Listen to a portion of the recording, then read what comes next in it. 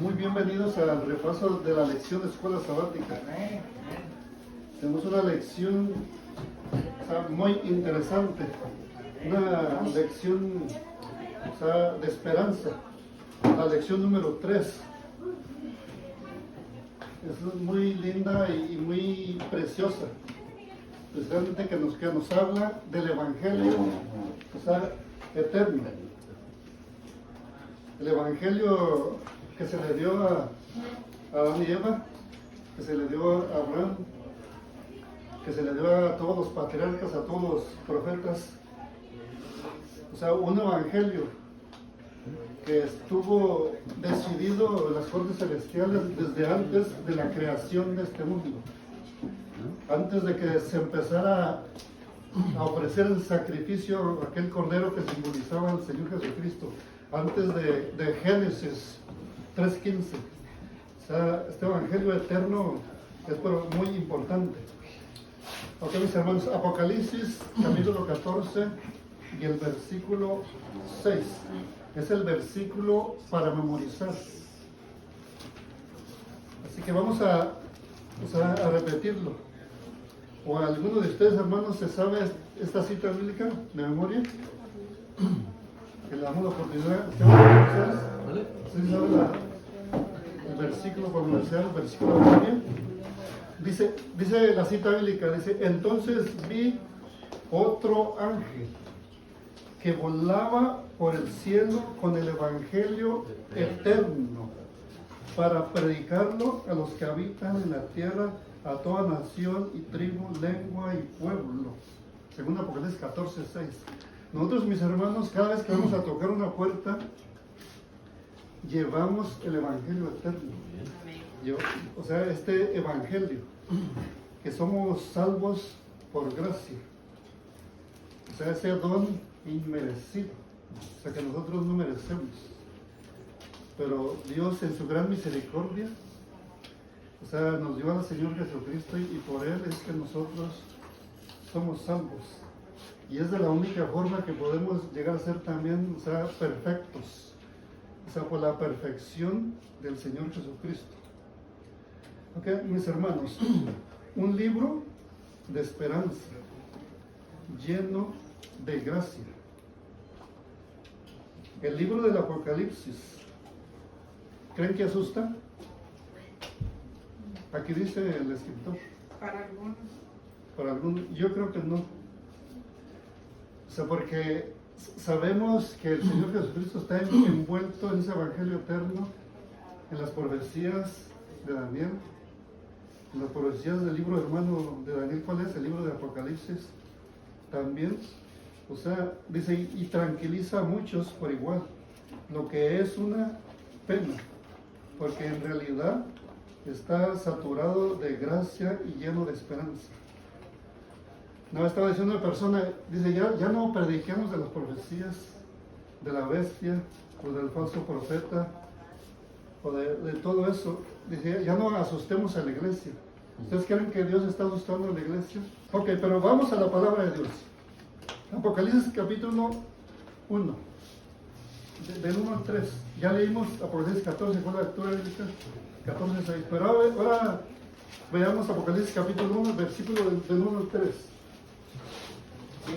La revelación de Jesucristo que Dios le dio para manifestar a sus siervos las cosas que deben suceder pronto, y la declaró enviándola por medio de su ángel a su siervo Juan, que ha dado testimonio de la palabra de Dios y del testimonio de Jesucristo y de todas las cosas que ha visto. Bienaventurado el que lee y los que oyen las palabras de esta profecía y guardan las cosas que en ella están escritas, porque el tiempo está cerca. Hermanos de Milton, ¿ustedes creen que el tiempo de la venida del Señor Jesucristo está cerca? Amén. ¿Cómo nos hablan estos versículos? En conjunto, dice, no solo del libro de Apocalipsis, sino también del evangelio eterno. Yo he escuchado y he entendido que cuando dice bienaventurados, o dice bienaventurado, dice 7 veces feliz. Dice, los que leen, los que creen y los que guardan las palabras, dice esta profecía. ¿Por qué? El tiempo está cerca. O sea, porque el tiempo está cerca. O sea, un libro de esperanza. El libro de Apocalipsis no es libro de terror, de asustar, sino es un libro de esperanza y de gracia. Porque el Señor Jesucristo, ustedes me van a ayudar, hermanos, no lo voy a hablar yo, me van a ayudar. En el camino de Maús, iba con 2 discípulos el Señor Jesucristo. Estos 2 discípulos se encontraron con el Señor Jesucristo, el Señor Jesucristo se encontró con ellos. Y Él les empezó a contar de todo lo que la Escritura, o sea, la palabra de Dios, el libro de Dios, habla de Él. O sea, toda la Escritura habla del Señor Jesucristo, de su sacrificio, o sea, de su vida, de lo que ha hecho con nosotros. O sea, todo lo que está escrito en el libro de Apocalipsis, a veces creemos nosotros que no lo entendemos, pero ¿saben por qué? Porque no lo leemos, porque no lo estudiamos, porque no predicamos de él, o sea, porque no enseñamos. Como yo me considero que Dios me ha llamado a predicar su palabra. Amén. Pero cuando estoy dando un sermón, y especialmente un mensaje que está relacionado con Apocalipsis o con alguna profecía, o habla de bestias, o de la profecía especialmente de Estados Unidos, veo algunos hermanos que están dormidos. ¿Por qué? Porque no estamos acostumbrados a esta clase de mensajes. Y si mis hermanos, si nosotros no despertamos, o sea, nos va a encontrar como aquellas vírgenes que estaban dormidas. Ok, hermano Nata, ¿qué nos puede usted explicar o dar una idea acerca de lo que está enseñando especialmente aquí en el domingo? Un libro de esperanza, o sea, lleno de gracia, para pasar al siguiente día. No, el domingo. Estamos el domingo. Pues todo el Apocalipsis se trata de Jesús. Ujú. Es el mensaje para su pueblo y especialmente se aplica a la iglesia de los últimos días. Es un mensaje lleno de gracia acerca de nuestra esperanza para el tiempo del fin. De punta a cabo del libro se describe a Cristo como el Cordero inmolado y se promete una bendición a quienes lean, entiendan y actúen sobre las verdades reveladas. Hay una cita del don profético que dice que hay doble bendición a los que tomamos tiempo para estudiar la profecía. Entonces el método, es muy bonita la profecía, a mí me encanta, pero a veces tenemos esa tendencia a aprender más y aún a predicar, pero sin tener la esencia que el mensaje del centro de la profecía es Cristo Jesús. Entonces cuando lo hacemos sin Cristo Jesús, el mensaje profético y siempre, hermano, como institución, como predicadores, muchas veces tendemos a hacer eso.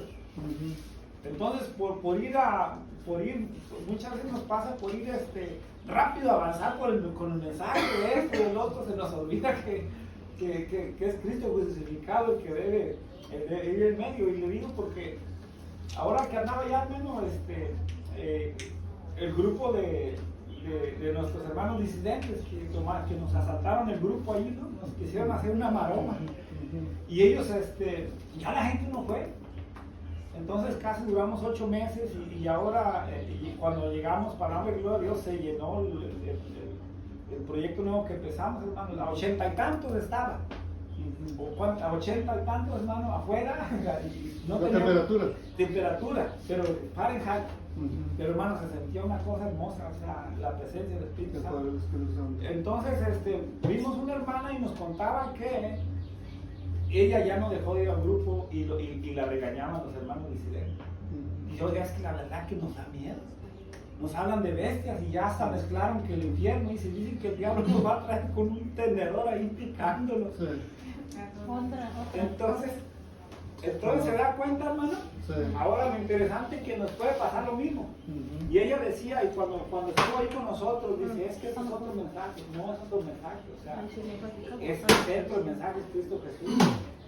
Entonces, que Dios nos ayude, hermano, a tomar el balance, ¿verdad? Gracias. El Evangelio eterno, hermano Oseas. Yo creo que como adventistas debiéramos entender perfectamente la función del santuario Ujú, en Israel, ujú, santuario terrenal. Lo debiéramos saber perfectamente. ¿Por qué? Porque el libro de Apocalipsis trata lo mismo. ujú, El santuario. ¿Y qué tiene que ver el santuario con la salvación? Es la esencia. ujú, En el santuario no podía haber un sacrificio sin cordero, sin expiación. Hoy no puede haber, dice el hermano Nata, perdón, porque esa es la esencia del mensaje del tercer ángel, el perdón. ujú. La justificación por la fe, decía la lección del día de ayer. La justificación por la fe es la esencia del mensaje de los 3 años. Entonces, cuando vamos al perdón, ¿qué se buscaba en el santuario terrenal? Perdón. Y más en el día del juicio. Porque ahí si no estaba consagrado sacerdote, aún hasta sacerdote caía muerto. Ahora, posiblemente hoy no caiga muerto sacerdote, porque dice Hebreos que ahora tenemos mejores sacerdotes que no necesita entrar con sangre ajena, sino con su propia sangre para expiar el pecado del pueblo. Así que, ¿por qué tener miedo al Apocalipsis? Que el Apocalipsis es un mensaje de esperanza, mensaje de salvación, mensaje de perdón. Y es un Amén. mensaje urgente. Amén. Sí. El Evangelio eterno, hermanos, en el lunes. Nunca podremos comprender cabalmente los elementos del mensaje de la hora del juicio de Dios, la caída de Babilonia ni la marca de la bestia, si no entendemos el Evangelio. El Evangelio es Cristo Jesús. El foco de las Escrituras es el Señor Jesucristo. El Señor Jesucristo es la persona principal del libro de Apocalipsis y de toda la Escritura. Dice, o sea, aquí da unas citas bíblicas. ¿Cómo se plantea el Evangelio eterno en estos pasajes? Qué gran esperanza, mis hermanos, se nos presenta aquí. O sea, hay varias citas bíblicas. Me gustaría que viéramos, es Romanos capítulo 5, del versículo 6 al 8. Si buscan pronto las citas bíblicas, vamos a avanzar, mis hermanos, bastante terreno. Romanos capítulo 5, versículos 6 al 8. Porque Cristo, cuando aún éramos débiles, a su tiempo murió por los impíos. Ciertamente apenas morirá alguno por un justo, con todo pudiera ser que alguno osara morir por el bueno. Mas Dios muestra su amor para con nosotros, en que siendo aún pecadores, Cristo murió por nosotros.